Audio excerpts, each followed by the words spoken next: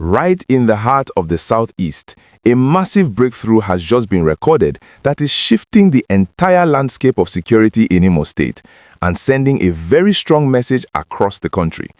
For years, the Orsu local government area of Imo State has been a shadow of its former self, transformed from a vibrant and peaceful community into a frightening stronghold for armed non-state actors.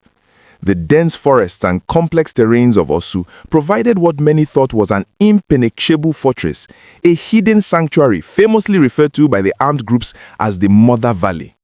But today, that narrative has been completely dismantled.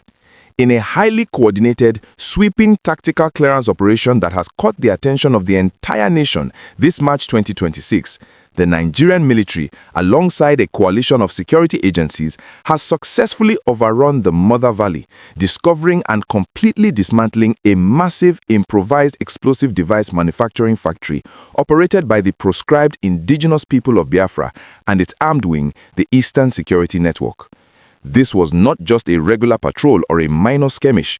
This was a deeply strategic, multi-agency offensive operating under the banner of the Joint Task Force Southeast, Operation UDO KA. The scale of what was uncovered inside that forest has left security analysts and ordinary citizens absolutely astonished. Imagine a fully operational bomb-making factory hidden deep within the trees, designed to produce destructive devices on a mass scale. According to the breathtaking revelations made by the garrison commander of the 34 Artillery Brigade in Obinze, Owerri, Lieutenant Colonel Jude Abwo, the military recovered an overwhelming cache of dangerous materials. We are talking about the recovery of over 300 improvised explosive devices. Just take a moment to process that number. 300 explosive devices, along with heavy gas cylinders, galvanized pipes, massive spools of wire, and various chemical components specifically designed to create deadly roadside bombs and force multipliers. These are weapons that do not discriminate. The bravery required to walk into a forest known to be rigged with hidden explosives is truly commendable. The Imo State Commissioner of Police, Oduboso, also provided a gripping account of the events during a recent press briefing at the command headquarters in Owerri. He painted a vivid picture of the intense confrontation that took place. When the joint security operatives breached the perimeter of the Mother Valley camp, they did not just walk in unopposed, they were met with fierce resistance. The armed combatants engaged the security forces in a heavy gun battle, trying desperately to protect their strategic bomb-making facility and their stronghold. However, the superior firepower, advanced training, and overwhelming coordination of the Nigerian security forces ultimately subdued the threat. During this intense exchange, 2 of the armed combatants were neutralized, while the rest were forced to flee in total disarray, abandoning their weapons, their explosive materials, and even 5 exotic vehicles that were left behind at the scene. In what can only be described as a miraculous outcome, given the intense nature of the firefight and the heavily mined environment, Lieutenant Colonel Abwo confirmed that the security forces did not lose a single man during this entire operation. Every operative who marched into that dangerous valley returned, marking a flawless execution of the Chief of Army Staff's command philosophy to create a resilient, professional, and combat-ready force. But the physical battle in the forests of Orsu was only one side of the conflict. Immediately after the operational success, a massive information war erupted on social media. As soon as the military released photographs of the recovered explosive devices to the public in mid-March 2026, a highly coordinated propaganda campaign was launched by sympathizers of the armed group. Across platforms like X, formerly known as Twitter, and Facebook, certain accounts began spreading a narrative that the images were fake. They claimed that the pictures of the explosives were actually old photographs taken from different incidents in Lagos and Oyo states. They accused the military of manipulating the metadata of the images to score cheap PR points, and even tried to introduce ethnic narratives to distract from the reality of the weapons factory. The military's response to this digital misinformation campaign was swift, transparent, and unprecedented. The acting Deputy Director of Army Public Relations for the 82 Division, Lieutenant Colonel Olabisi Olalekan Ayeni, stepped forward to completely dismantle the fake news.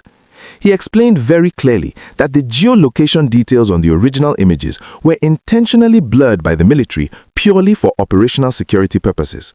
When you are running an ongoing, sensitive military clearance operation, revealing exact geographical coordinates can jeopardize the safety of the troops on the ground and compromise future tactical movements. Now, if you are finding this detailed breakdown of the Orsu clearance informative, and you want to stay updated on how these security developments are shaping our society, please take a quick second right now to like this video and subscribe to the channel so we can continue bringing you these in-depth factual stories. Your support truly helps us keep the facts flowing. Now, beyond the weapons and the propaganda, the most emotional and significant aspect of this entire operation is what it means for the ordinary people of Orsu local government area. For a very long time, the indigenes of Orsu have been refugees in their own state. Fearing for their lives, countless families had to abandon their ancestral homes, their farms, their businesses, and their peaceful way of life to flee to Owerri and other safer cities. The vibrant markets of Orsu went silent, the schools were shut down, and the community was suffocated by fear. But today, the dark clouds are finally lifting. During the media tour, the military leadership sent out a powerful and reassuring message to all the fleeing indigenes of Orsu.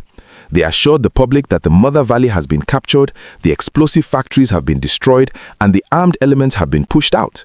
The military is officially calling on the good people of Orsu to pack their bags and return to their homes without any fear. Life is gradually returning to the once deserted villages. To see the joy and relief on the faces of the community leaders is truly heartwarming. The President General of the Orsu Ihitukwa clan, Chief Chika Obuladike, publicly expressed his profound gratitude to the Nigerian military for their timely intervention, urging them to maintain their presence and extend the clearance operations to other volatile areas to ensure permanent peace.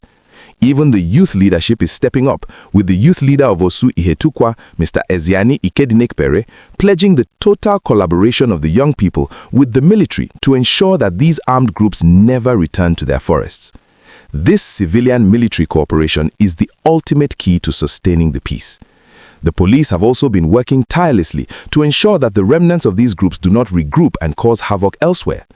Commissioner Boso highlighted that alongside the Mother Valley raid, the police command arrested 75 individuals connected to various crimes, including kidnapping, and recovered multiple assault rifles, locally made pistols, and stolen motorcycles. They even thwarted a major attack earlier in March on Adapalm, a state government agricultural property in the Ohaji Egbema area, where armed men tried to set heavy machinery on fire. The operatives engaged them, overpowered them, and secured the facility.